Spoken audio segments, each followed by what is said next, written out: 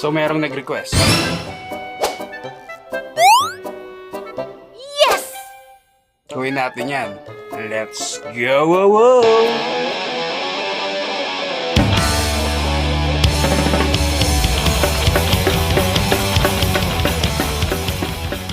What is up? Bertoman TV here.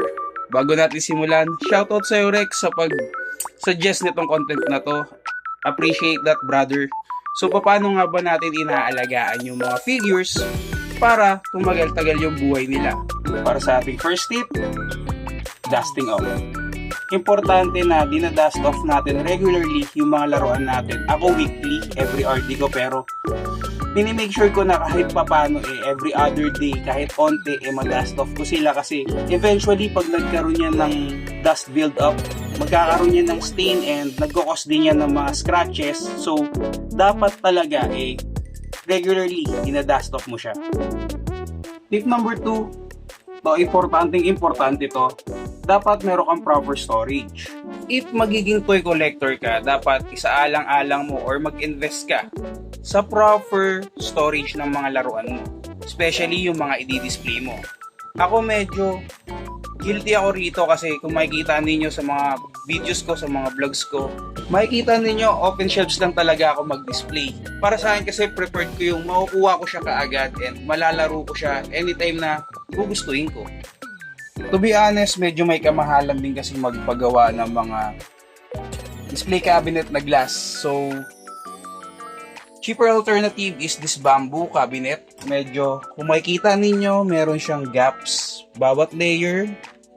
And kahit itong acrylic cabinet kong to, yan, kung makikita ninyo may gap, and then dito rin may gap. Actually, I don't mind a little dust on my figure, kaya nga, sabi ko sa tip number 1, minimake sure ko na ma-dust off ko sila regularly. Pero yung mga ganito, kung mag-i-invest ka talaga, mababawasan yung time mo na mag-dust off every other day or every RD mo.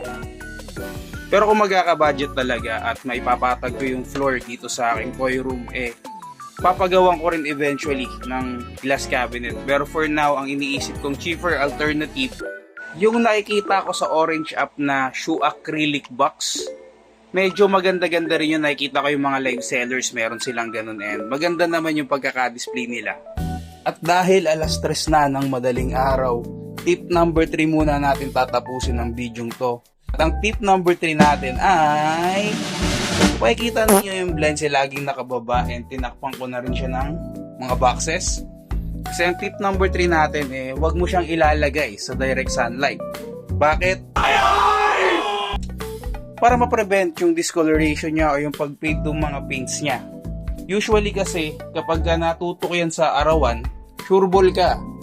Pag-fade ang paints niyan. And number 2, kapag direct sunlight yan, especially yung mga Gunpla, yung mga plastic model na yan, sureball ang polycaps mo, nalurupok.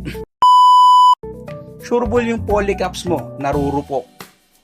Kahit yung mga joints ng ganitong action figures, mapa McFarlane man yan or Marvel Legends man yan ng Hasbro, nako, olats ka talaga. Kaya wag mong ilalagay yan ng direct sunlight. So yun yung 3 tips na maibibigay ko kung paano ninyo mapangalagaan ang inyong action figures. Meron pa tayo ibang tips na i-upload sa mga susunod pang video. So stay tuned, at kung hindi ka pa follower, follow ka na. Yun lang, tapos na. Bye-bye.